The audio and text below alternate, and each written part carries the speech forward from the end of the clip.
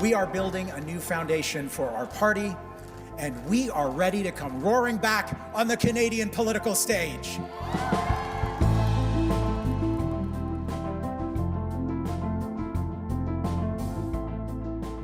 Hey everybody, it's Jamie. Nearly a year after the NDP's most devastating election result in history, the party declared Avi Lewis, who ran on a campaign of democratic socialism, its new leader. After 7 months of campaigning across this country and speaking to thousands upon thousands of Canadians, here's one thing I know for sure, and I want to say it out loud. Canada, mark your calendar. The NDP comeback starts now. It was a decisive win. Lewis won over half of the 70,000 eligible votes cast. The turnout was high at about 70% of membership. Today, Avi Lewis is here. We'll talk about his vision for the federal NDP's future, the challenges ahead for the party, and what pressures he plans to put on Carney's Liberal government.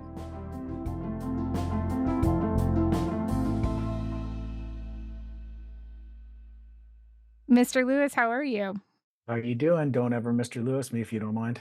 Okay. Avi, congratulations on your win. Thank you, Jamie. What was it about your message that you think appealed to the party? Well, I think we were really straightforward with our message from the very beginning of the campaign, which isn't always the case in politics. Like we made a decision, and I mean straightforward in the sense that with our policies, with our solutions, like with our offer, I think we made a kind of maybe an unconventional decision before the campaign launched about how we wanted to come out, which is, the normal thing is to do a sort of personal branding exercise to tell the story of who you are and where you come from. And we were just like, no, let's just launch with the solutions. There's so many crises going on. Let's come out with the proposals.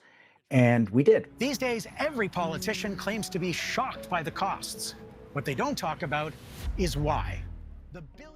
We dropped a video and we talked from day one about a public option for groceries and a Green New Deal, getting off fossil fuels, and creating, hundreds. We do the policy bit, later, taxing wealth to pay for it, actually creating good family supporting a new industrial economy of jobs for things that lower people's cost of living and emissions at the same time. I mean, it was a very clear offer. We stuck with it all the way through.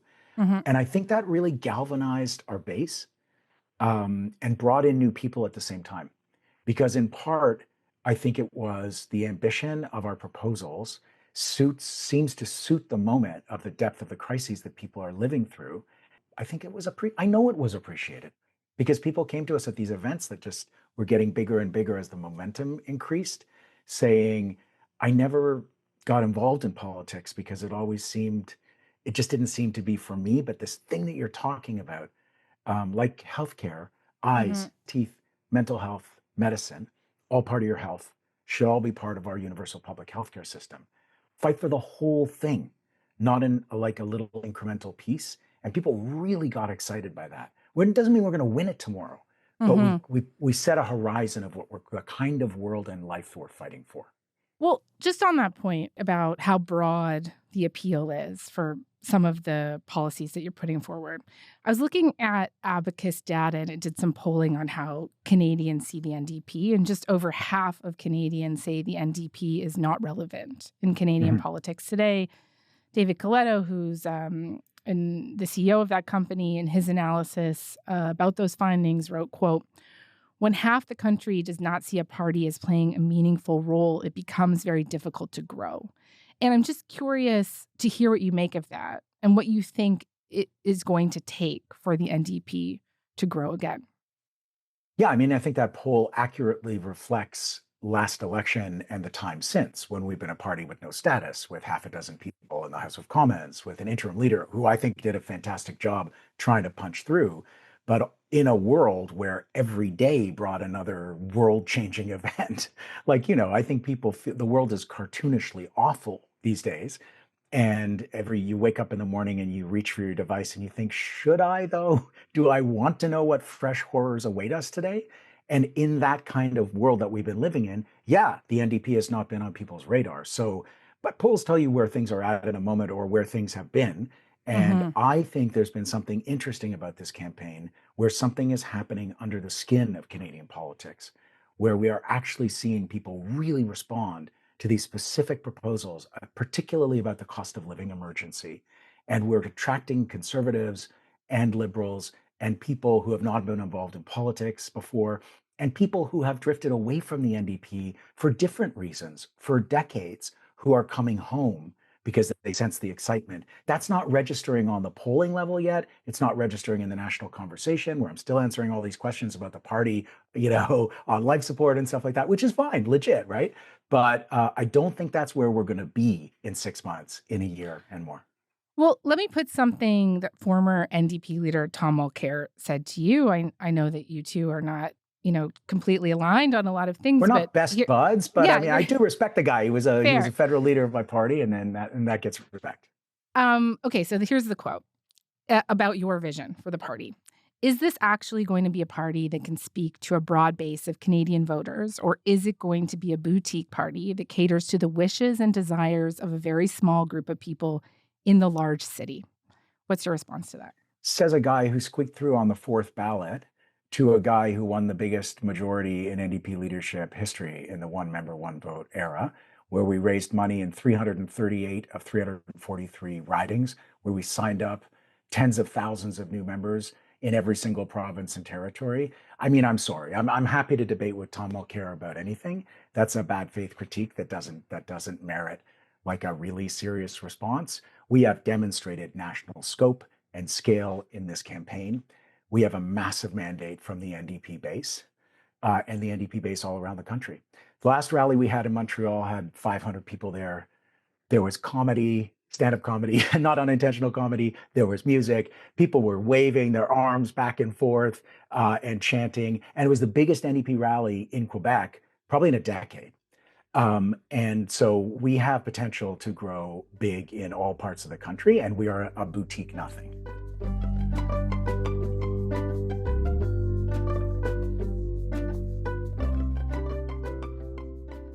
I want to come at some of these policy proposals that you're making from like a good faith position. So let's talk about the taxes, right? So what makes you think that you can convince enough people in this country to support wealth taxes at this moment? Like the Liberals just had to back off a capital gains tax during the campaign, which was brought in, I think, like a pretty similar spirit that you're talking about. Well, the polling on wealth taxes from a couple of years ago is in the high 80 percentages of Canadians who support a tax on extreme wealth. And a lot of that stuff was done before because inequality is escalating every single year. And I think it is a super majority of Canadians that support taxing wealth. I think people are scandalized that six big banks made $70 billion in 1 year last year, while they're closing branches, while they're not serving remote communities, that Galen Weston is worth $20 billion personally, and Loblaws and Shoppers, that whole conglomerate, makes billions and billions and billions of profits every year, sometimes in a quarter. And just these latest figures that came out, that a majority of Canadians have scaled back meal sizes or skipped meals or reduced caloric intake because food is too expensive. There's this grinding unfairness when we see the massive accumulation of wealth in our society and power in that wealth, to push back on governments when governments propose modest taxes on wealth or on high incomes. I think it's a very popular position, and we're going to test it. Do you think that you can meet all these ambitious goals you have without raising taxes on the middle class, or is that part of the plan as well? Well, let's ask Mark Carney how he's going to fund $500 billion of military investments in the next decade, because he announced a defense industrial strategy earlier this month. And I haven't heard a single reporter ask him how he's going to pay for it. There's a massive double standard between these things. And we believe that this is a country awash in wealth. And we are in a moment where Canadians are into nation building projects, where we understand we have to do big things to Trump-proof our economy, to return some economic independence to Canada. And there are massive projects in every province and territory that are being fast-tracked with no environmental regulation or Indigenous consultation in the fast tracking process or vastly reduced because people are ready to do big things. So look, we have a proposal. Let me go into a tiny bit of detail here, Jamie, on a public option for groceries. And we worked with a series of food experts, half of whom are Canadian, a couple of whom worked with Soran Mamdani in New York on his public option for groceries proposal. They like ours way more because it's national in scope and scale. And having national procurement, large scale wholesale procurement is key to cutting the price of groceries. We have a proposal for 50, we call it like Costco plus local. So warehouse size stores, not 25,000 products, not 170 flavors of salad dressing, but 1,500 to 2,000 SKUs or individual products in a store. 6 or 7 regional distribution hubs across the country.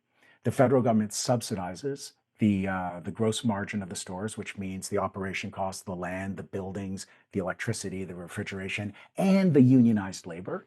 And I would love to see it be done by the United Food and Commercial Workers, who are the major union for grocery store workers. And this model would slash grocery prices, in our estimation, by 30 to 45%. We've costed it. It would cost about $290 million to launch, about $300 million a year to run. Mm-hmm. $300 million a year. Yeah, who pays for that? From the federal government, $300 million a year, 1/2 of 1% of our current defense budget, versus $500 billion of proposed new military spending in the Prime Minister's Defense Industrial Strategy. Who is getting asked questions about whether or not we can afford it? Of course we can afford it.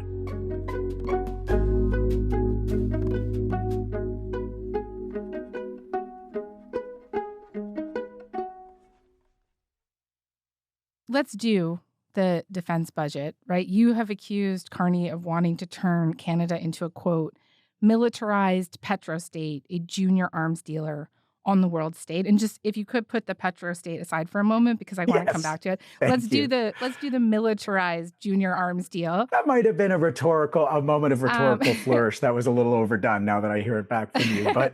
But yes, it is part of that strategy to increase arms exports by 50%. But look, I'm just thinking about the geopolitical moment that we're in and just how much anxiety is around that. And given the annexation threats that we saw Trump make against Greenland and also against Canada, against us, and the increasing presence of Russia and China in the Arctic, why do you not think that those forces demand greater deterrence and demand greater investment in our? I'm not a kumbaya singing peacenik. I believe that Canada needs a modern military, which is well equipped. On the other hand, just this year, we have poured tens of billions of dollars willy-nilly into the defense budget just to meet an arbitrary target that we did not meet for many, many, many years, and still were able to be members of NATO. And suddenly Donald Trump started calling people to the carpet, and Carney arrives, and suddenly we are making the 2%, with 3/4 of our defense spending, Jamie, going directly to the United States right now in the short term. Now, the Prime Minister, to be fair, has plans to try to change that. But in the sudden injection of tens of billions of dollars into defense spending to meet an arbitrary target demanded by Donald Trump, we are now giving 3/4 of that money directly to the arms companies of the country that is threatening to annex us. So yes, Canadians are scared, we are under threat, and we need a more secure country. Pouring military dollars into the country that is threatening us is not going to do it. We need a plan and a vision of how to make Canada safer. And the reality is that we'll either spend 2% or 5% or 50% of our entire economy on weapons.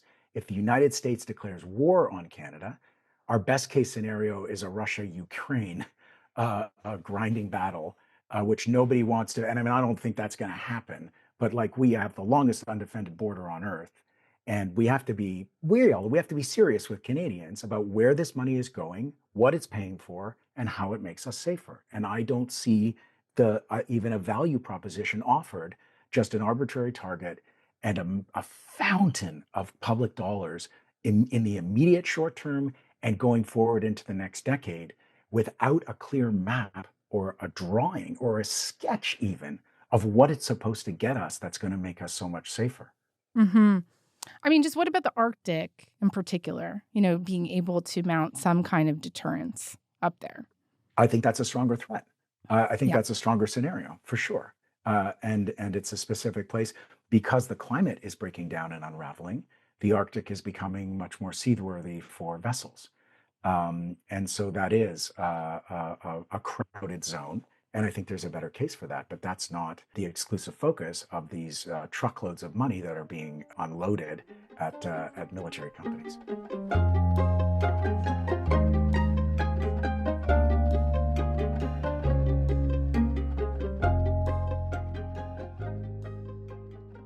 You campaigned on stopping new fossil fuel development. In 2016, of course, you co-wrote and pushed for the LEAP manifesto, this roadmap to move Canada's economy away from fossil fuels. And so we have now seen NDP opposition leaders in both Alberta and Saskatchewan disagree with you about resource development. Alberta NDP leader Naheed Nenshi said essentially the direction that you're taking the party in is not in the interest of Alberta. And quote, "We believe in Alberta and we believe in Canadian energy and the good jobs it creates." Saskatchewan NDP leader Carla Beck called your position on oil and gas development, quote, "ideological and unrealistic." She says that it puts over $13 billion in economic activity annually at risk in her province. And just how do you plan to deal with these fault lines in the party? Well, first of all, we've been reaching out to Carla for months, and Carla decided to send a public letter saying that she wouldn't meet with us until we reversed our position, which I don't think is a reasonable request. I think, I was elected with a huge mandate among the NDP federal membership for a very clear policy offer that we repeated from day one until the final day of the campaign. And I have an obligation to be consistent to the members and to my own politics, but it's not just mine, is the point.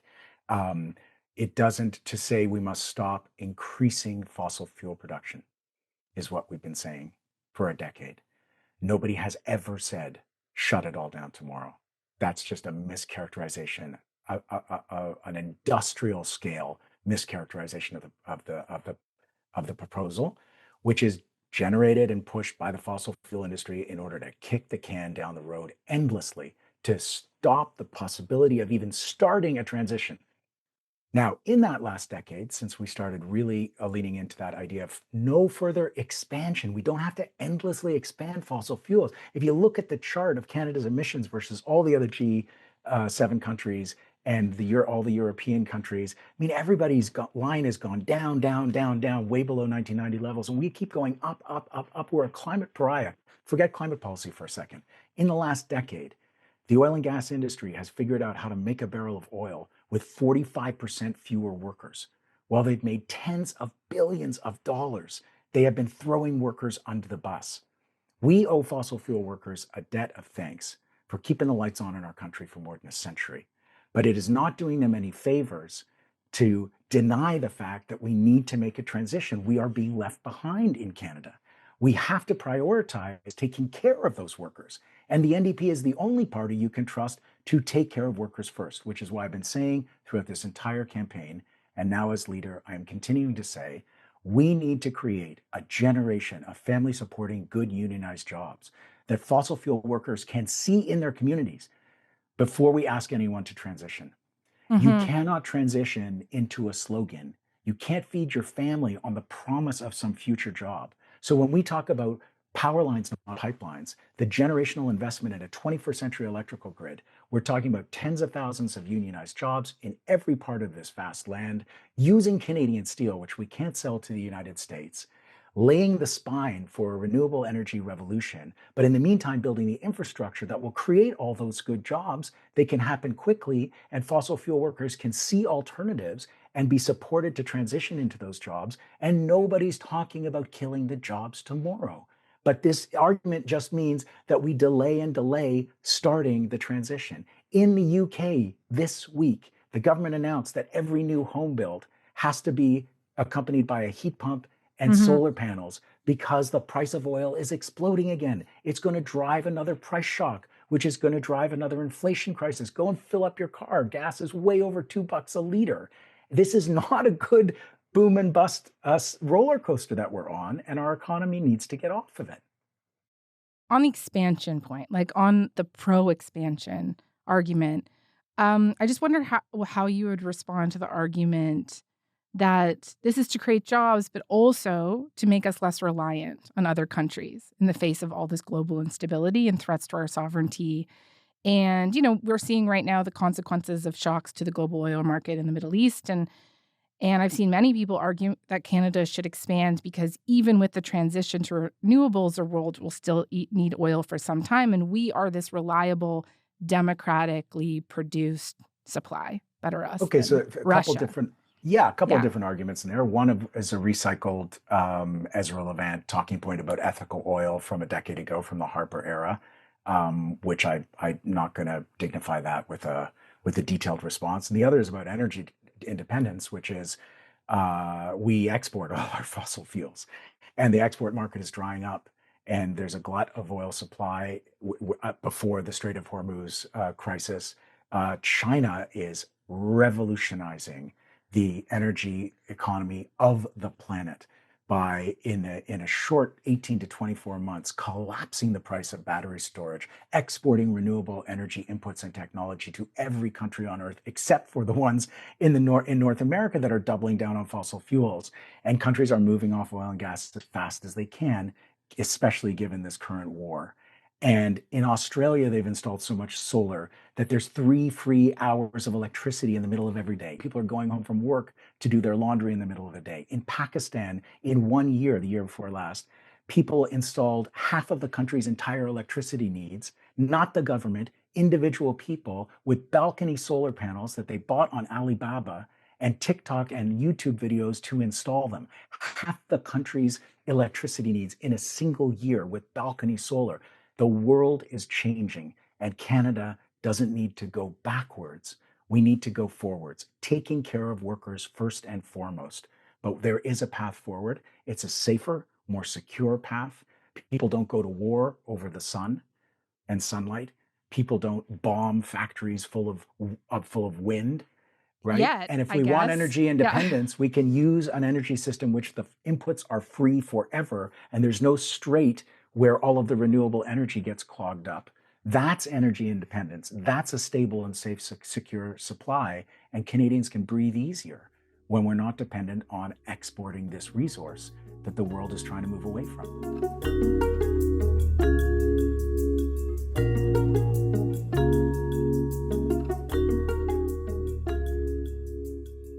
You mentioned LNG. BC NDP Premier David Eby has been a real proponent of LNG in the province. And so do you see a fault line with the BC Premier as well here?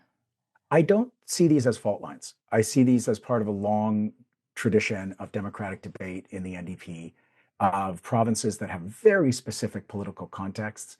The NDP is in a two-party system from everywhere west of Ontario in the prairie provinces. You have the extreme right, you have no provincial Liberal Party, and you have the NDP. They have a different voting coalition. They have different regional economies, fossil fuel producing provinces. They have very different realities. The federal NDP needs to make a national offer to all Canadians that makes sense. And there have been these fault lines. Well, I don't consider them fault lines. There have been these discussions within the NDP for a really long time. Wab Kinew, I'm here in Manitoba in Winnipeg for the convention, and I had a very warm hour with Wab Kinew in his office at the legislature yesterday. And Wab said yesterday, look, we don't have to agree on every single thing in order to do big things together. So he said with the Manitoba NDP and the federal NDP, let's do big things on grocery prices. Let's do big things on housing and healthcare, on the classic NDP priorities, and let's do them together. And we can work out our differences around specific issues, preferably behind closed doors, and stay out of each other's way in the media. But it doesn't have to be a huge rupture. And I think you're going to see, Jamie, to be honest, I think we're the provincial sections and the federal party at this moment, a big change for everybody. We're kind of settling into our seats in the movie theater. We're shuffling around. People are putting their bags down. We're going to get ready for the show and everyone's going to settle in, I believe.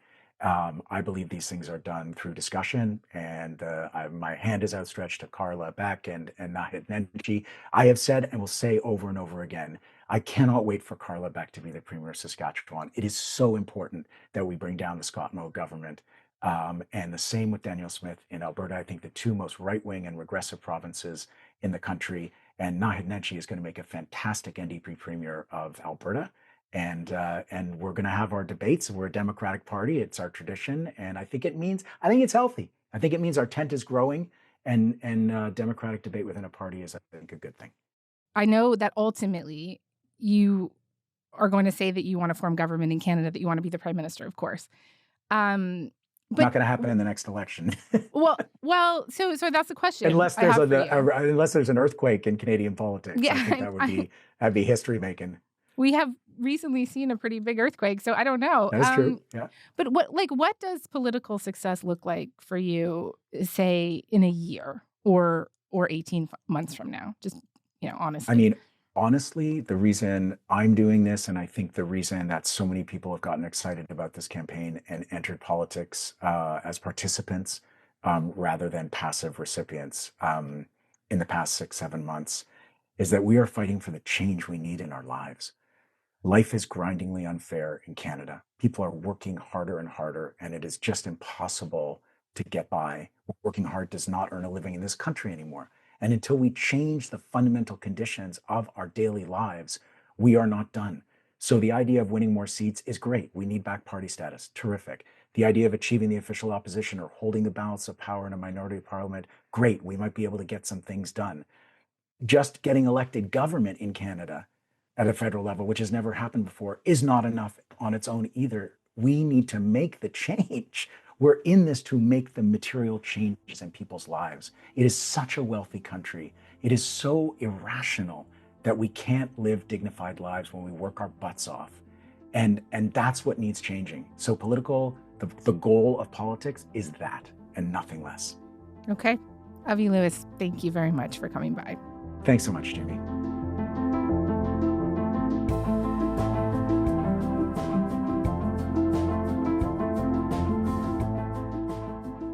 All right, that's all for today. I'm Jamie Poisson. Thanks so much for listening. Talk to you tomorrow.